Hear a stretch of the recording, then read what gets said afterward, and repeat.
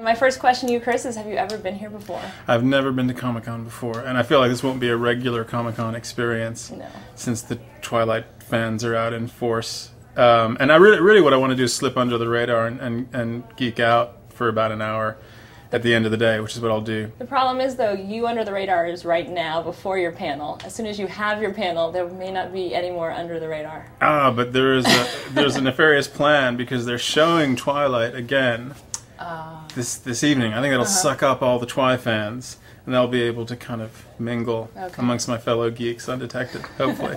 Both Kristen and Rob, you guys talked about in the press conference how much you love New Moon, and that's your favorite book of the series. Can you tell us a little bit more why that's the one that really does it for you? For me, just because it was the most challenging. I mean,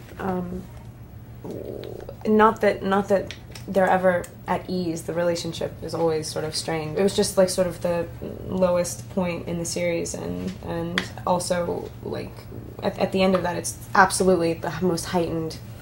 I mean, the scene where we sort of forgive each other and get back together. It happens within. I mean, it happens in 10 seconds. I mean, like no talk. We don't even need to talk about it. It was like the one that affected me the most. I hadn't read the book before the idea of doing the film came up.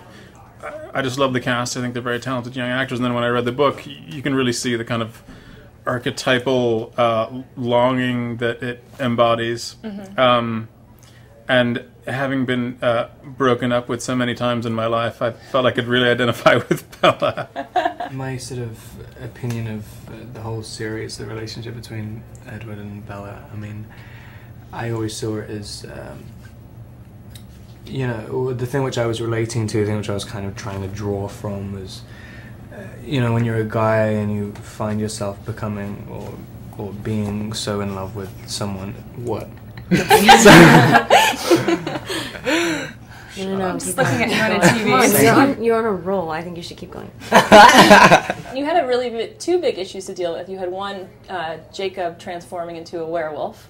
Was that a challenge to tackle? Hard for Taylor, really hard for Taylor to become a werewolf. So we eventually had to resort to computer effects. Okay. No, I mean the challenge with that is to get a special effect that isn't cheesy and that's elegantly done. And Phil Tippett Studios, Phil Tippett being a legend in the effects community, is handling it, and they're doing a beautiful job. And Taylor, you had a lot of work to do in this movie. You had to bulk up really big. We all know about that. But you also spent a lot of time doing a lot of stunts and things like that too. Yeah, it was a lot of fun. I actually, I almost got to do all of my own stunts. You tried, right? Which was fun. I got to do all of the dirt bike riding. There was so much of that. Just kidding. No, but yeah, I got to like practice dirt bike riding and do that. I got to do a few other things. He like catapulted himself into a window. It was really impressive. It was fun. Yeah. Yeah, it was insane. Yeah. So it was something a stunt guy really actually should have done. You find yourself like in love with someone or something, and and you know it becomes you start to see too much of yourself. You become too aware of yourself. Shut up. God. Yeah, and then it starts to.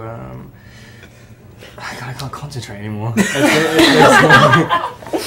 You get so obsessed with the fact that you think you're not good enough because you think you keep elevating the other person higher and higher. Neither of them think they're worthy. But Bella's the one who can like handle her stuff, and Edward is just an idiot, and New Moon is like, it's the only time where he in Twilight he can think in these absolutes. This is why whenever anyone asks about if we have chemistry with the cars, it's not. Do you know what it is? It's like complete animosity. Yeah, right.